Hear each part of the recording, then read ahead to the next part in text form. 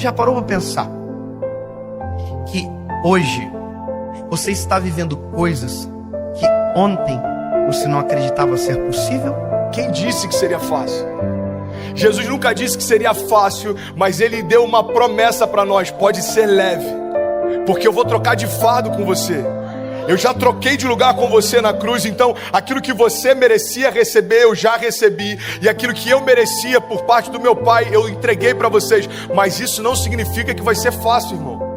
Se a gente perder tudo, mas não perder a fé, a gente não perdeu nada. Porque a fé é a chave que move o sobrenatural. A fé é aquilo que faz com que alguém que não tem nada aos olhos dos homens viva como alguém que já recebeu tudo aos olhos de Deus. Eu não me movo mais por aquilo que eu vejo, mas eu me movo por aquilo que eu creio. Se você se agarrar à fé que Deus depositou em você, nada vai ser impossível para você. Quem sabe não seja a hora de você crer no Deus e te respondeu hoje, quando ontem era impossível, e acreditar que amanhã Ele será presente na sua história e vai responder a sua oração. Uma palavra libera um destino. Uma palavra ressuscita mortos. As nossas decisões, elas têm impactos a curto, médio e longo prazo. Porque existem reflexos do que fazemos, repito, no curto, no médio e no longo prazo. Coisas simples, sabe? Coisas que às vezes parecem ser até simples demais, mas que são importantes e que definem a nossa trajetória. A razão número 1 pela qual as pessoas não conseguem o que querem é não saberem o que querem. Se você parar para pensar na nossa vida, nós só valorizamos quando aquilo que estava nas nossas mãos vai embora. E nas nossas mãos não tinha valor, mas quando vai embora a gente percebe o valor que tinha, mas que nunca falamos quando nas nossas mãos estavam.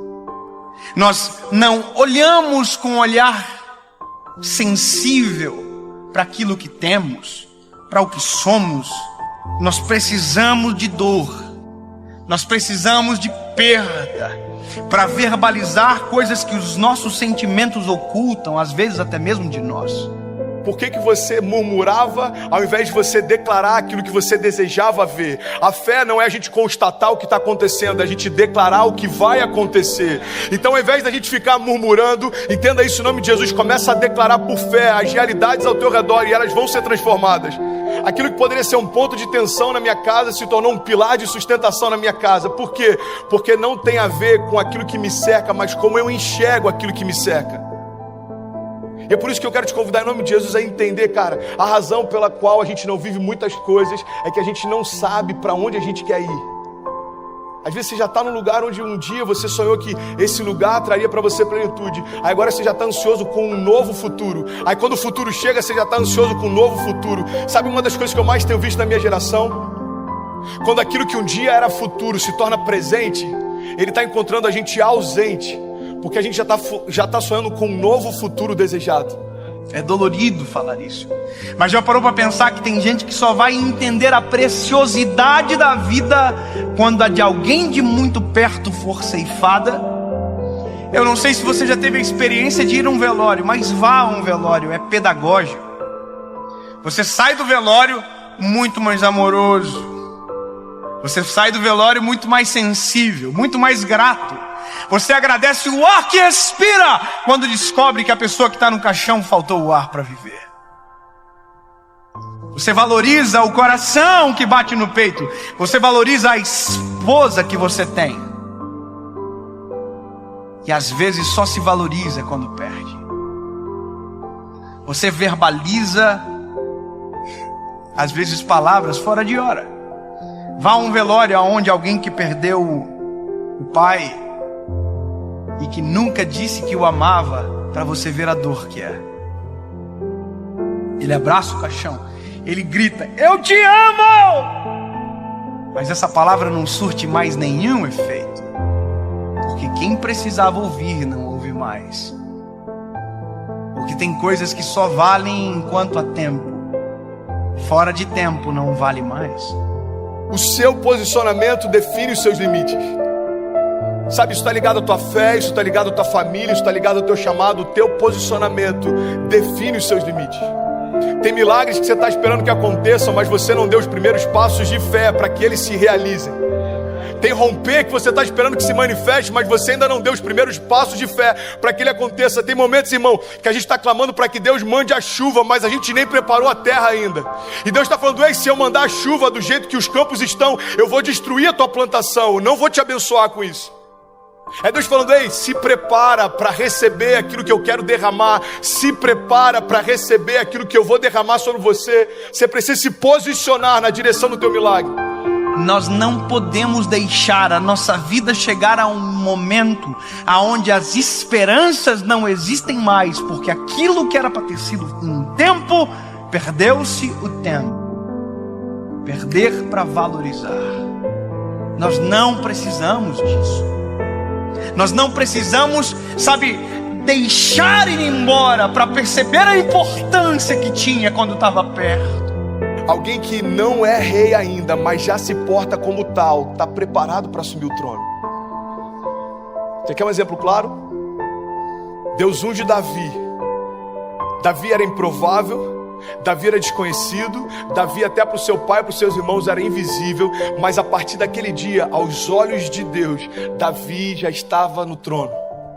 Só que aos olhos dos homens, olha para mim em nome de Jesus, como demorou um período entre a unção de Davi e Davi assumir o reinado. Aos olhos dos homens, os homens olhavam para o trono e viam Saul. Aos olhos de Deus, o trono estava vazio, irmão, porque o rei que era por direito ainda não havia se assentado lá. Ei, Deus está falando: tem tronos que você está olhando e parece que estão ocupados, aos meus olhos já foram esvaziados. Não se mova por aquilo que o homem vê.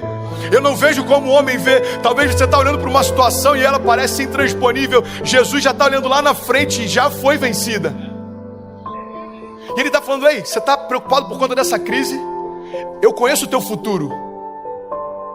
Eu sou aquele que, eu não tenho, entendi isso, irmão. Jesus, ele não está na eternidade, a eternidade está em Jesus. Então ele conhece a eternidade passada, a eternidade futura. É por isso que algumas crises para os céus não fazem sentido, porque às vezes uma crise financeira abate a gente, mas Jesus já sabe o que está te esperando na estação seguinte. E ele está falando para a gente nessa manhã: ei, você está preocupado por conta dessa crise? Filho, eu desenhei a tua história, eu sei onde você vai, fica tranquilo. Pare de reclamar daquilo que você ainda não se moveu para viver. Pare de reclamar do resultado de escolhas que você não fez.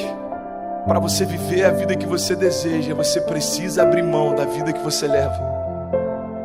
2 Crônicas 7,14 diz: se o meu povo, que se chama pelo meu nome, se humilhar e orar e buscar a minha face e se afastar dos seus maus caminhos, dos céus eu ouvirei, perdoarei os seus pecados e eu sararei a sua terra. Existe uma condicional. Deus está dizendo: olha, se o meu povo, que se chama pelo meu nome, se humilhar e clamar e se arrepender, o que ele está dizendo é o seguinte: se você der os passos de fé, os céus vão reagir àquilo que você está se movendo. Evangelho não tem a ver com conforto. Evangelho tem a ver com propósito.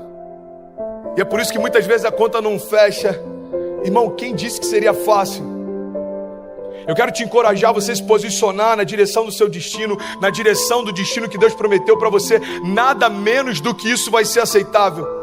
Salmo 126, versículo 5 diz: aqueles que semeiam com lágrimas, com cantos de alegria colherão. Aquele que sai chorando enquanto semeia, voltará com cantos de alegria, trazendo seus feixes.